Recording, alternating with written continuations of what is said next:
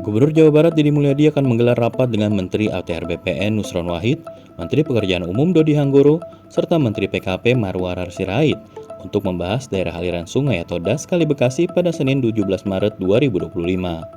Rapat tersebut bertujuan mengevaluasi tata kelola DAS yang dituding sebagai penyebab banjir pekan lalu. Wilayah DAS Kali Bekasi sebagian besar telah bersertifikat perorangan. Deddy menyatakan mereka akan membahas pengembalian fungsi DAS menjadi area resapan air. Saat ini area DAS sudah banyak tertutup oleh bangunan. Pada Selasa 11 Maret 2025, Deddy menggelar rapat dengan 27 bupati dan wali kota se-Jawa Barat di Komplek Wali Kota Depok. Dalam rapat yang juga dihadiri oleh Nusron Wahid itu, Deddy menyebutkan Kementerian ATR BPN bersedia mencabut sertifikat tanah yang lokasinya berada di DAS. Permintaan ini bagian dari rencana pembenahi sungai sebagai langkah pencegahan bencana dalam jangka panjang. Sertifikat tanah yang ia maksudkan adalah di DAS sepanjang Sibarusa, Cilengsi, dan Kali Bekasi. Politikus Partai Gerindra itu menyatakan pencabutan sertifikat tanah di bantaran sungai tak memerlukan ganti rugi, sebab tanah tersebut merupakan tanah negara. Dulu, kata dia, sungai itu dikelola oleh Balai Besar Wilayah Sungai, Perum Jasa Tirta, atau Balai Pengelolaan Sumber Daya Air. Nusron Wahid pun mengamini pernyataan Deddy Mulyadi.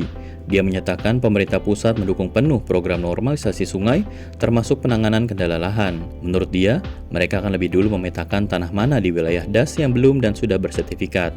Tanah yang belum bersertifikat, Nusron menyatakan akan disertifikatkan atas nama Balai Besar Wilayah Sungai. Nusron juga berjanji akan mengevaluasi sertifikat yang proses penerbitannya tidak sesuai dengan aturan. Sertifikat tersebut menurut dia dapat dibatalkan atau dilakukan pengadaan pembebasan lahan. Penataan DAS menjadi perbincangan setelah Bogor dan Bekasi dilanda banjir besar pekan lalu. Badan Penanggulangan Bencana Daerah Kota Bekasi mencatat, tinggi muka air di Kali Bekasi mencapai 875 cm. Angka ini 2 kali lipat lebih dari batas maksimal volume, yaitu 350 cm. Saat itu Kali Bekasi meluap karena kiriman air dari Bogor via Kali Cilengsi. Kampanye Hutan Forest Watch Indonesia Sabit Khairul Auni menyatakan, banjir yang terjadi pekan lalu memang akibat alih fungsi di hulu DAS Ciliwung, Kali Bekasi, dan Cisadane. Wilayah yang seharusnya menjadi daerah resapan air saat ini sebagian besar sudah tertutup bangunan. Berdasarkan catatan FWI, deforestasi atau kerusakan hutan alam di ketiga daerah aliran sungai itu sudah mencapai 2.300 hektar sepanjang 2017 sampai 2023. Angka itu setara dengan 850 kali luas lahan gedung sate di Bandung, Jawa Barat. Alih fungsi inilah yang membuat air tak terserap di wilayah hulu dan akhirnya mengalir hingga ke hilir.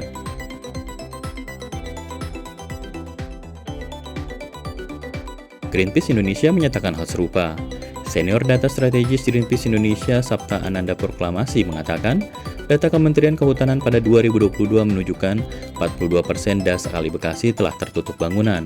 Data citra satelit Kali Bekasi Greenpeace Indonesia menunjukkan perubahan landscape DAS Kali Bekasi.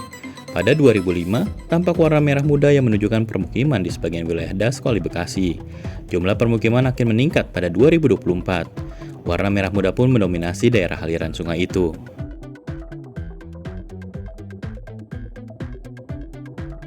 Sabta menuturkan penguasaan tanah di sempadan sungai yang merupakan bagian dari DAS diatur jelas dalam Peraturan Menteri Pekerjaan Umum dan Perumahan Rakyat Nomor 28 Tahun 2015. Aturan itu secara tegas menyatakan tak boleh ada bangunan di daerah sempadan sungai.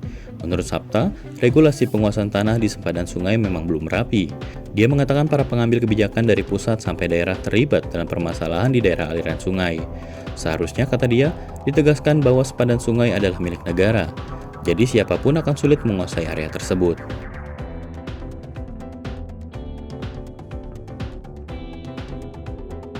Manajer Pendidikan Wahana Lingkungan Indonesia Jawa Barat Jeffrey Rohman menjelaskan, alih fungsi lahan di wilayah DAS terjadi karena pembiaran dari pemerintah sejak zaman dulu. Walhasil ada masyarakat yang mendudukinya, bahkan memiliki sertifikat di wilayah itu. Kendati demikian, ia tak menyalahkan masyarakat. Menurut dia, yang paling bersalah dalam penerbitan sertifikat itu adalah kantor pertanahan dan pemerintah setempat. Selain melakukan normalisasi, menurut Jeffrey, pemerintah memiliki opsi lain. Dia menyarankan pemerintah membuat aliran baru untuk mengatasi banjir. Opsi lain menurut Jeffrey adalah pembuatan embung-embung di sekitar pemukiman atau kolam retensi.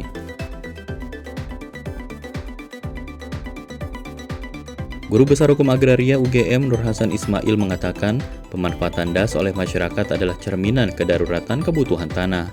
Mereka yang tinggal di sana tak memiliki pilihan lain untuk tempat tinggal di daerah perkotaan. Pemerintah juga belum bisa menyediakan rumah sederhana bagi kelompok bawah perkotaan. Ia menyebutkan, sebenarnya sudah ada ketentuan mengenai bangunan di sempadan sungai.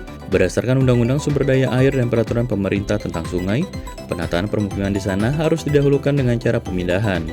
Nur Hasan mengatakan, upaya normalisasi daerah aliran sungai Kali Bekasi tetap harus dilakukan. Meski demikian, mesti ada jalan keluar untuk memenuhi kebutuhan tanah dan rumah bagi mereka yang tinggal di sempadan sungai.